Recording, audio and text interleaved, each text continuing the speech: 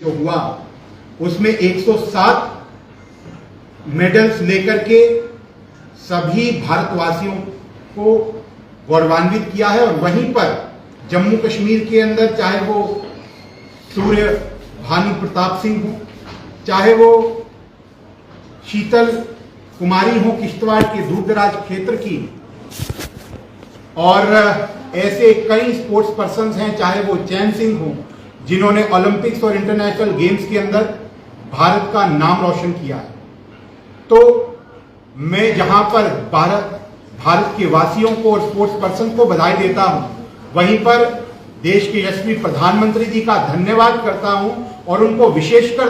बधाई देता हूं कि उनके द्वारा चलाया गया स्पोर्ट्स इंफ्रास्ट्रक्चर को, स्पोर्ट्स इकोसिस्टम को बूस्ट करने के कार्यक्रम, चाहे वो कार्यक्रम खेलो इंडिया के सेंटर्स के माध्यम से हो, जो 960 से अधिक खेलो इंडिया के सेंटर जो 652 जिलों के अंदर बने हैं, और लगभग 100 से अधिक जो खेलो इंडिया के सेंटर्स हैं वो जम्मू कश्मीर में बने, और वहीं पर जो विंटर स्पोर्ट्स के माध्यम से जम्मू कश्मीर के भी दूर दराज के क्षेत्र में रहने वाले स्पोर्ट्स पर्सन्स को इंफ्रास्ट्रक्चर प्रोवाइड करना हो, इकोसिस्टम में लाने की बात हो, उसको स्कीम्स के माध्यम से स्कॉलरशिप्स लगाने की बात हो, तो मैं धन्यवाद करूंगा यशस्वी प्रधानमंत्री जी का। टॉप स्कीम की बात है द ओलंपिक्स पोडियम स्कीम, जिसके माध्यम से 500 से अधिक स्पोर्ट्स पर्सन्स को, जो टैलेंटेड स्पोर्ट्स पर्सन्स हैं, उनको स्कॉलरशिप, उनकी कोचिज, उनको इंफ्रास्ट्रक्चर प्रोवाइड करना, और 50 से अधिक पैरा ओलंपिक्स या पैरा एथलीट्स को ऐसी स्कीम प्रोवाइड करना जिसके अंतर्गत, जिसका बेनिफिट हमारे जैवलिन थ्रोअर नीरज चोपड़ा जी ने भी लिया। ऐसे कई पीवी संधू जी भी टॉप स्कीम की सदस्या रही हैं, और ऐसे कई नौजवान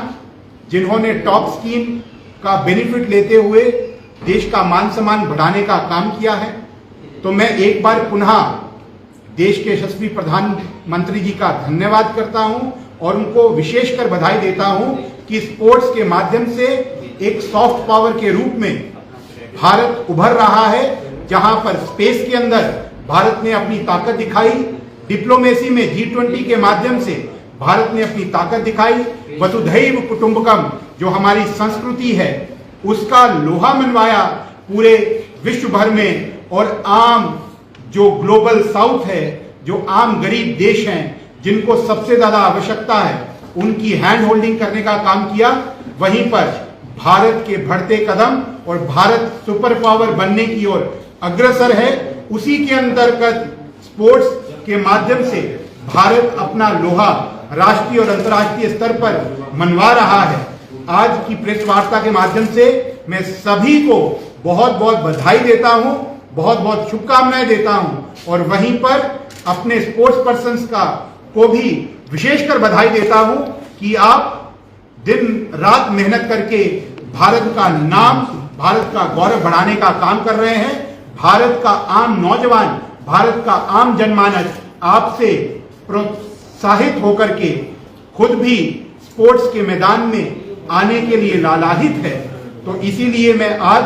फिर से अपने देश के सभी स्पोर्ट्स पर्सन का धन्यवाद, आभार व्यक्त करता हूं और अपने देश के यशस्वी प्रधानमंत्री जी का धन्यवाद करता हूं। अरुण जी, देखा जाता है कि हमेशा, इनफैक्ट आप भी खुश हैं, पूरा भारत खुश है स्पोर्ट्स पर्सन ने जो नाम रोशन किया हमारे भारत का, पर लेकिन इस वक्त तो चलिए उन्हें तालियां मिल रही हैं, पर लेकिन बाद में जब जॉब अपॉर्चुनिटीज की बात आती है तो कहीं ना कहीं ये प्लेयर्स जो है वो मात खा जाते हैं। कब ऐसा कोई प्रावधान जो है वो मोदी सरकार निकाल के लाएगी ताकि इन प्लेयर्स के लिए रोजी रोटी का एक प्रॉपर सिस्टम बन सके और इनको दर दर भटकना ना पड़ेगा? आपकी बात बिल्कुल ठीक है।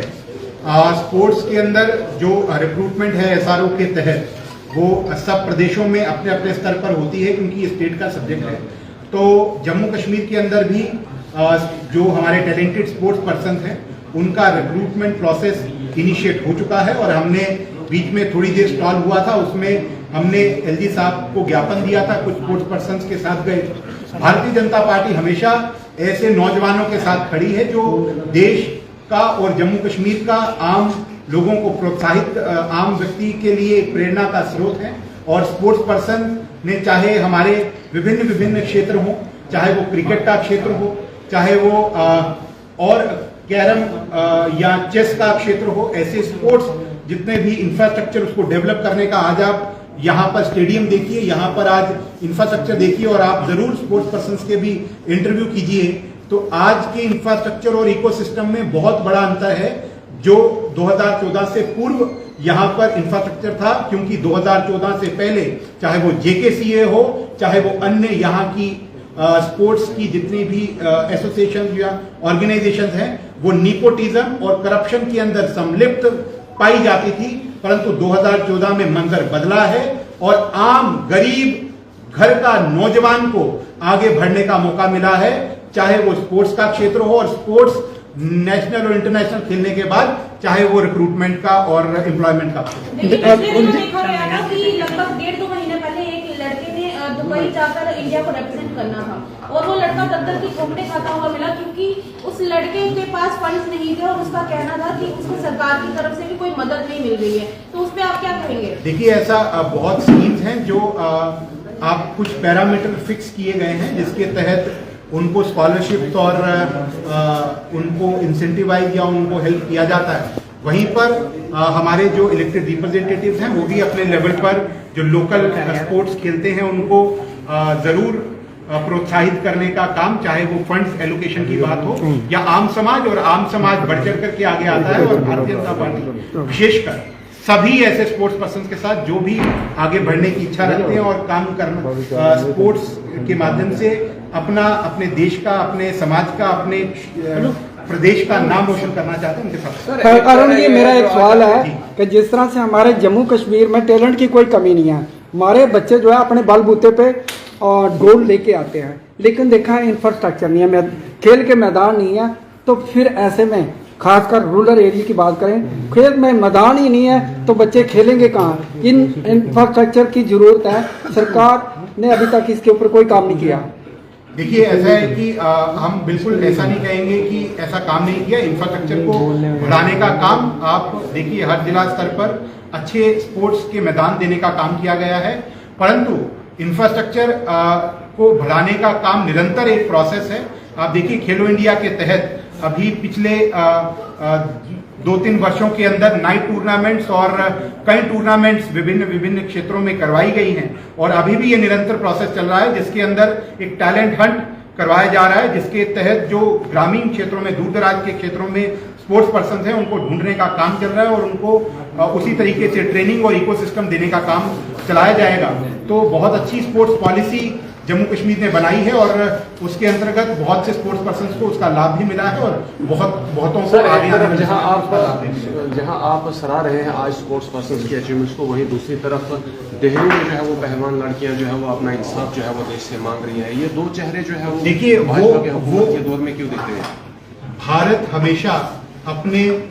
और भारतीय जनता पार्टी हमेशा अपने स्पोर्ट्स पर्सन के साथ खड़ा है और खड़ा रहेगा। वो चाहे टॉप स्कीम हो, मैं जहां पर आप इस की बात करते हो वहीं पर आपको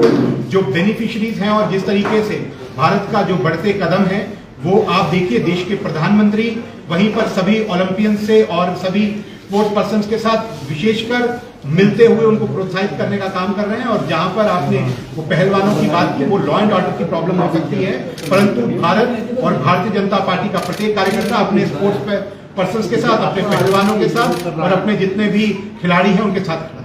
अरुण जी, अगर कल्चर की बात की जाए तो दंगल जो है वो काफी पुराने समय से चलता आ रहा है, पर लेकिन अब जो है वो दंगल पुराने और पेरिफेरल एरियाज में देखने को मिलता है। पिछले दिनों कई दंगल हो या जो हमारे ट्रेडिशनल इंडियन स्पोर्ट्स हैं उनको प्रोत्साहित करने के लिए अंतर्गत एक विशेष स्कीम के तहत उनके ऊपर काम चल रहा है, और वहां पर जहां पर खेलो इंडिया के तहत excellence centre, sports excellence centre खोले जा रहे हैं, वहीं पर बहुत से स्पोर्ट्स एक्सीलेंस सेंटर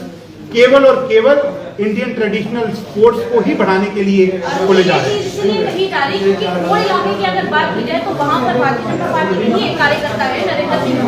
उन्होंने हमेशा उस गेम को बचाने के लिए अपनी खुद की जेब से पैसा दिए। कब ऐसा होगा कि वो जो पैसा है वो गवर्नमेंट की तरफ से आएगा? कृष्णा क्लब के नाम से, कृष्णा स्पोर्ट्स क्लब के नाम से वो कई देर से काम कर रहे हैं। सरकार अपना काम कर रही है,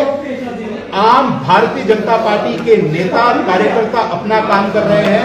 आम भारत का जनमानस जम्मू कश्मीर के लोग अपने स्पोर्ट्स पर्सन्स को प्रोत्साहित करने के लिए अपना काम कर रहे हैं और उसी के तहत ये हम सब की साझी जिम्मेवारी है और भारतीय जनता पार्टी अपनी भूमिका बखूबी निभा रही है और इसी तरीके से हम अपनी भूमिका निभाते हैं।